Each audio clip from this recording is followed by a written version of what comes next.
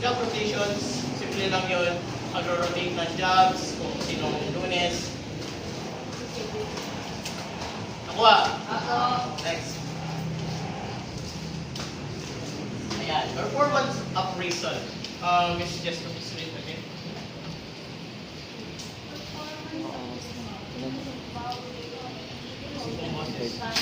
Monetary, non-monetary rewards or promotion are given to those who have performed well. Those with low performance rating are subject to short-term and cases in which they are demoted or terminated. Okay. Please emphasize what is PowerPoint. What will be your keyword?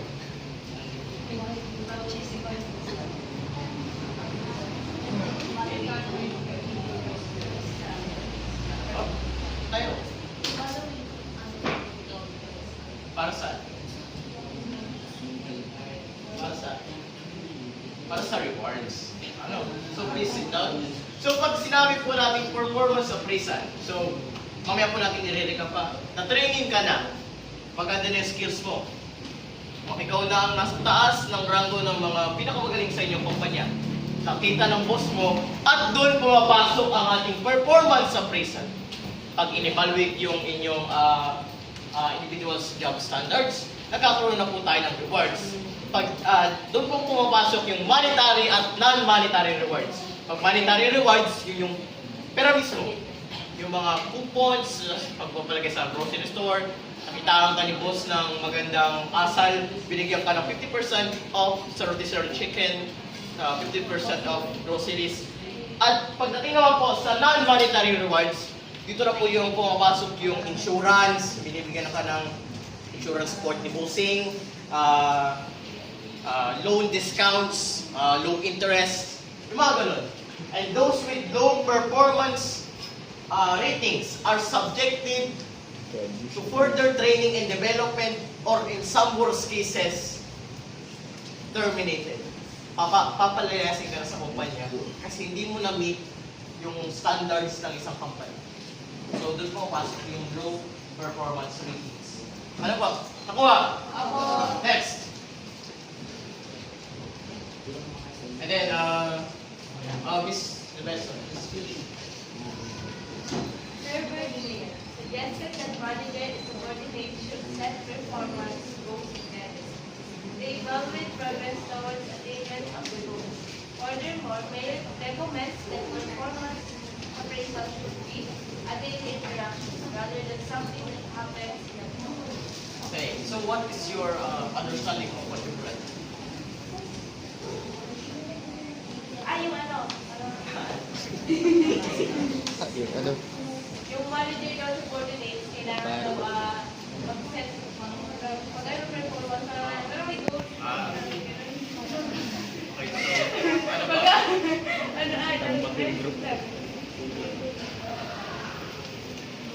Okay na ba yun? So sa ating recorder, basa naman ano?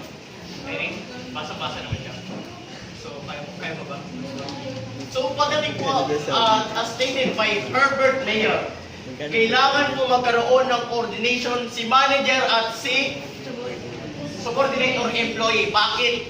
Para magkaroon ng agreement. Pag kayo ay magkasundo sa gusto nyong gawin, walang hindi magagawa. Towards the progress of attainment of the company organization's goals. He also recommends na dapat ito'y laging ginagawa. Bakit?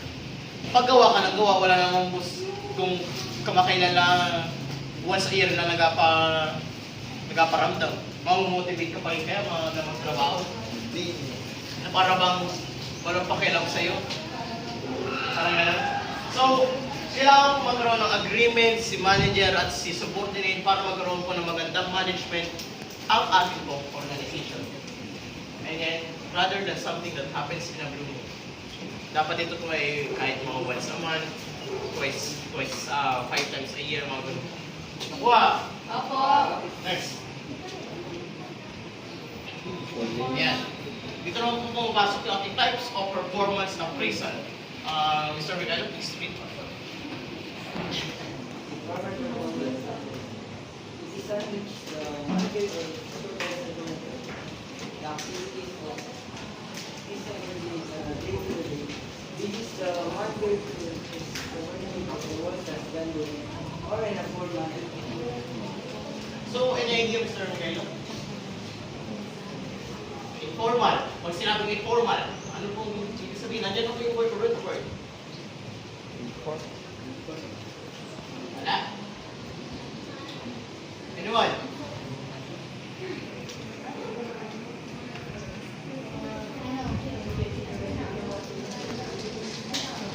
Sige, go.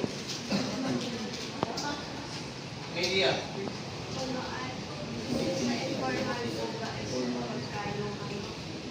Yung manager mismo ang magsusupervise doon sa team. Tapos siya din yung magsasabi nung parang isa-state niya lang, sasabihin niya dun sa employee na kung maganda yung gawa niya ganyan. Ayan. Okay, so very good. Palakpan ko lang. Formal performance appraisal.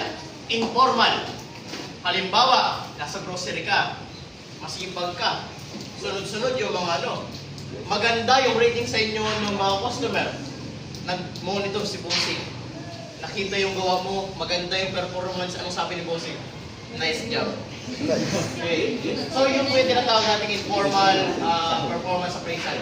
Pinupuri ka in a informal way or in a, hindi naman sa, kasi yung pangit pakinggan pag informal, parang in a casual way of praising an employee. Nakuha? Yes. Next. Nice job. Next. Ano to? Formal performance. And then, formal performance appraisal. Mr. Ito, Street. A structure, Okay. systematic process for rating performance of subordinate. Which don't sini alam mo or Ano? Kung sa informal, ano nangyari? Direct ang sinabihan ka ng bossing mo. Pagdating sa formal, ano kaya magiging process? So tingin mo lang, wala kung formal. formal, in a formal way. Ano yung sample mo kanina? Ha? Yung example ko, in a informal way, sinabihan ka, nice job. In a formal way, paano tayo niya yung sasabihin? Good job. Pwede. Magaling. Nice work. Nice word. So yun yung, ano mo, idea. So sit down. You done it. So mali siya yun. Hindi mo yun. Pag sinabing formal performance appraisal in a formal way, ito po ay maaaring through emails, through hierarchies in a bulletin chart or a bulletin board. For example, sa ating card signing, malamang naman na, yun na, 97 ka. Formal ba yun? Hindi po. Hindi po. Kaya nagkakaroon po tayo ng listahan. In some cases, nagkakaroon po tayong posting through email. Kagaya nung nangyari, example lang nung kami ay way back 2023, nung grade 9 pa ako. Para hindi naman masyadong makasakit sa damdamin ng iba, pini-em na lang kung sino yung mag-with honors, yung mga so, in a informal way. So yung mga example yan, matatakal ba natin? Oo, matatakal natin yung mga example. So matatakal po natin yung mga example ng performance appraisals. So root word po natin is a structured and systematic process of rating an employee. Naka-formally arrange siya kung sino yung pagpalagay na may pinakamagandang performance, may pinakamagandang work attitude, yung mga ganon. Which is conducted semi-annually, twice a year, or annually, once a year. Next. Nakuha? Apo. Purpose. Please read letter A. To inform his subordinates on how they are being rated. Yan. So example po doon, paano sila i-rate. Correct me if I'm wrong na lang. Ano po? Si Ma'am Tina, nagpakita ng grades. Pinakita yung tayo as subordinates on how tayo i-rate. Yung mga performance natin, yung mga quizzes, nilagay doon, pinakita, boom, ito ang grades mo. Next! To identify subordinates promotion. Ayan. Huwag na natin i-apply sa school kasi wala naman na-promote dito. Pag lagay natin sa isang business ba? In a business setting, nakita ko sino si subordinate na magaling ang tactical skills, decision skills, productive skills. Makikita sa kanilang ginawang formal appraisal nandun kung sino yung ipopromote. And mind you, makikita natin yun mamaya sa part siya ng human resource planning kung ano yung, may chart doon na nakalagay kung sino yung develop, yung further development, yung mga na-achieve, yung mga MMA kinemaroon. And last, To determine subordinates who need further ayan, training. para malaman din kung sino, so very explanatory itself, para malaman din kung sino yung kailangan i-train. Kaya nagkakaroon ng formal. Bakit ka nagkakaroon ng formal? Para malaman yung to inform subordinates kung sino yung, kung paano sila i-rate. Para malaman yung sino may magandang development para sa promotion at kung sino ang kailangan ng further development in training para sa kanilang mga trabaho. Again, next. Yeah, so please read number 1. Supervisor rated subordinates. Ayan. Magre-rate na ng supervisor. Halimbawa, supervisor, nakamonitor yung mga email ninyo. Papadala ka niya ng email. Rate ka niya. This is your, I am very glad for, formal. It is formally adequate that I am genuinely expressed towards your development towards our company. I give you a good rating. Number 2. Groups of supervisors rate subordinates. Ayan. Yung kabilang group na ang mag-rate sa kabilang group. Pagpalagay sa reporting. Nag-report kami. Kayo ang pinag-rate sa kamo. Anong ilalagay ninyo? 100. Tama. Ayan. And then, Group of peers rate school college. ayan. Sa isang circle of friends, nirate niya yung isang colleague na talagang ina-admire nila. Doon pumapasok yung group of peers. Yung pag sinabing peers, yun yung magkakaibigan. Grupo. Yun yung mayroong social relationship between each and everyone. And then last, Subordinates rate supervisor. ayan. Si employee naman ang magre-rate kay bossing. Ano? Kung sa una, baliktad, si bossing yung nag-rate kay subordinate, ngayon naman si subordinate ang magre-rate kay bossing. Pagpalagay nung tayo elementary, di ba may mga teacher na tawag dito? May mga teacher na ano tawag doon? Practice teaching. Nagkakaroon din ba ng rating minsan? So yun, nire-rate din yung si teacher. And then, ayan, 7 steps in the staffing process. We have, Transfer, promotion, and demotion. please read, transfer, Transfer is a movement to the different job with similar pay and responsibility.